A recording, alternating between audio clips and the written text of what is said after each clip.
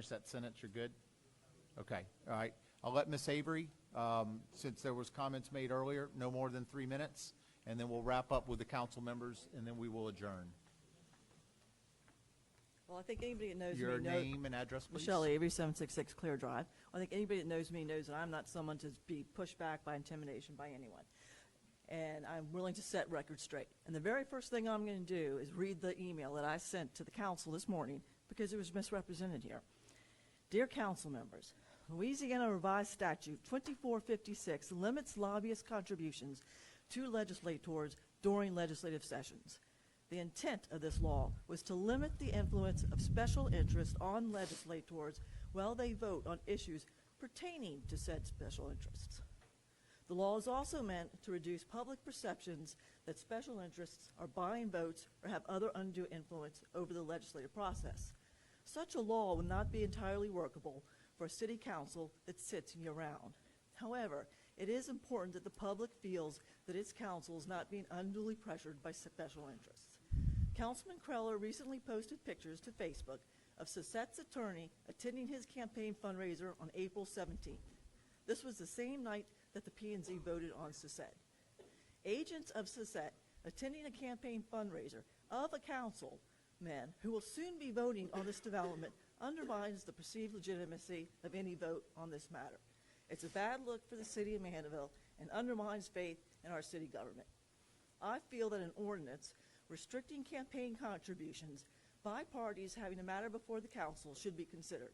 I ask that you adopt an ordinance that campaign contributions cannot be accepted from a party who has a matter in front of the council for 60 days prior to introduction and 60 days after the final vote on that matter.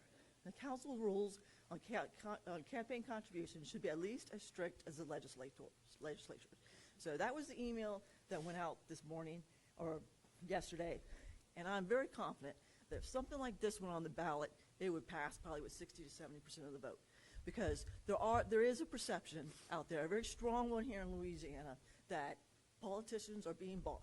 And when you have the attorney for this development go running to a fundraiser right after the vote and get pictured on Facebook, and he's sitting there on Facebook, you know, it really creates a terrible perception in this community.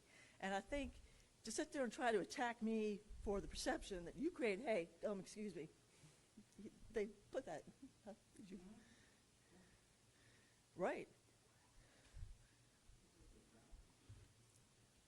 That you're taking campaign donations from Suzette.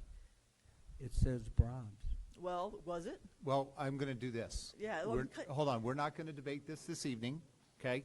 I think that Mr. Harrison, since he has now been called out, has a right. Obviously, it'll be a quick response. Well, but hold on. What you sent us this morning was a proposed ordinance on campaign contributions. We actually have other things in place that those have to be submitted. But what I saw on that email and saw on social media earlier this week is you accused an elected official of taking a bribe. There's a major difference between a bribe and a campaign contribution. So we're not going to debate it tonight. I will give you your chance, but I want to make that very clear because that's what I saw both on social media and then in your email. So in my email? I mean, you sent us an email this morning. I did not. I You just read read the it. email. I know I just. Right, I you know sent I it just to read us this evening. Did I, That was on, bribe was no. not in there. Campaign contributions was in Right. your email. Right. You accused an elected official as accepting bribes. So we're going to stop that there. I'll let Mr. Harrison respond briefly if needed, and then we're going to move forward. Well, just one other thing. Your 3 Well, minutes, I've already. All right. Well, Bill Hoffman's No, name is never. I cannot. I cannot. So thank you, Ms. Avery. All right, Mr. Harrison, a brief remarks if you need to. Look, I'm going to keep my remarks very brief. First and foremost, I still, in fact, represent the city of Mandeville in the Debbie Sachs case. I represent Bill Hoffman. I have known Dr. Kreller and his family for over 15 years. My daughter, Emma, knows his granddaughter, Emma. They used to call each other Emma Page and Emma Kate. I saw at the fundraiser for Dr. Kreller, Rick Danielson. I saw the president. You weren't there? That night, no. Okay. I can't remember. I remember seeing, let's see, Cooper. No, there was saw people Cooper. there, but I wanted, I saw set my President record Cooper. I saw Greg Cromer. I have a lot of friends. I think I saw Donald Villery, the former mayor there.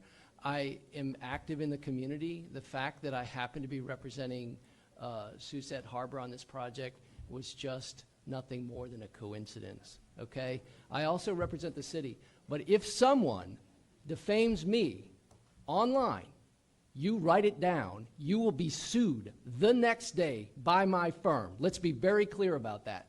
I don't do anything on social media, period. But you make an insinuation about my integrity, you will get sued. That's it. I will not do the same to you.